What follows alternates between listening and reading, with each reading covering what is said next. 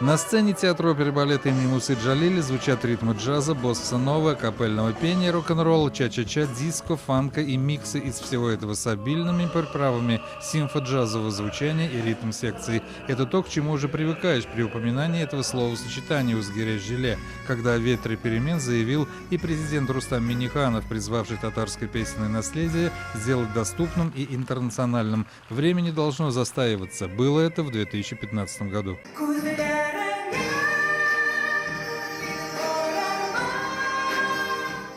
Мы интегрируемся в мировое пространство.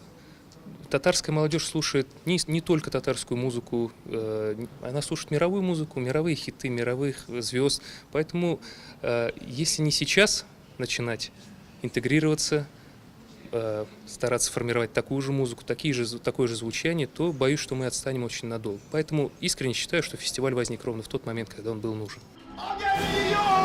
О концерте в нью-йоркском Карнеги-холле говорили еще в прошлом году весьма робко. Теперь это часть гастрольной афиши января 2020 года. Диапазон исполнителей, выступавших в крупнейшем зале мира, впечатляет. Здесь пели и Лайза Минелли, и Пласида Доминго, Гарри Белофонте, и наш земляк Михаил Казаков, Читинский камерный хор «Вдохновение» и Мария Гулегина с «Далидой». Всех принимает Карнеги-холл.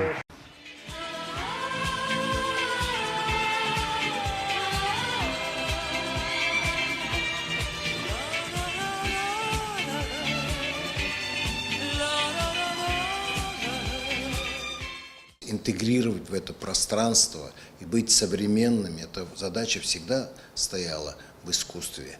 Она всегда была актуальной задачей. И вот сейчас прошло практически 3 года. То есть мы сделали 3 масштабных фестиваля.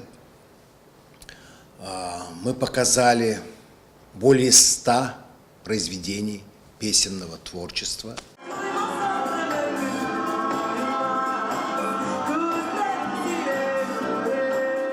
Сейчас готовится экспортная часть программы для США. Запущен механизм раскрутки, выверяется репертуар и стилевые особенности. Американский формат весьма строг. Нужно уложиться в предлагаемые временные рамки, а потому и программа должна быть the best.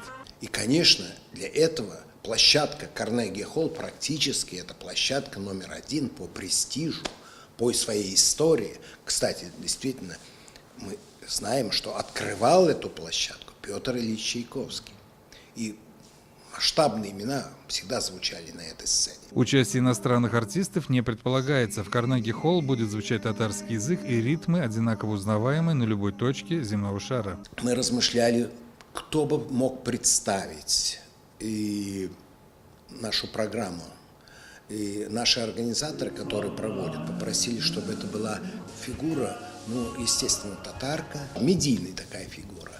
Но у меня на этот предмет был разговор с Чулпан Хаматовой, и она дала добро, чтобы она представляет вот эту всю программу «Узгереш-Жиле» именно в Нью-Йорке, в Карнеги-холл. Поездка в США осуществится на внебюджетные средства при поддержке президента Рустама Минниханова, который в 2015 году объявил о новом саунде и подвижках восприятия национального достояния. Из Казани в Нью-Йорк отправится группа из 70 человек. Это артисты симфо-джаз-оркестра, собственные участники проекта «Узгереш-Жиле», танцевальная группа и техническая. Дмитрий Пивоваров, Александр Царегородцев, телеканал «Эфир».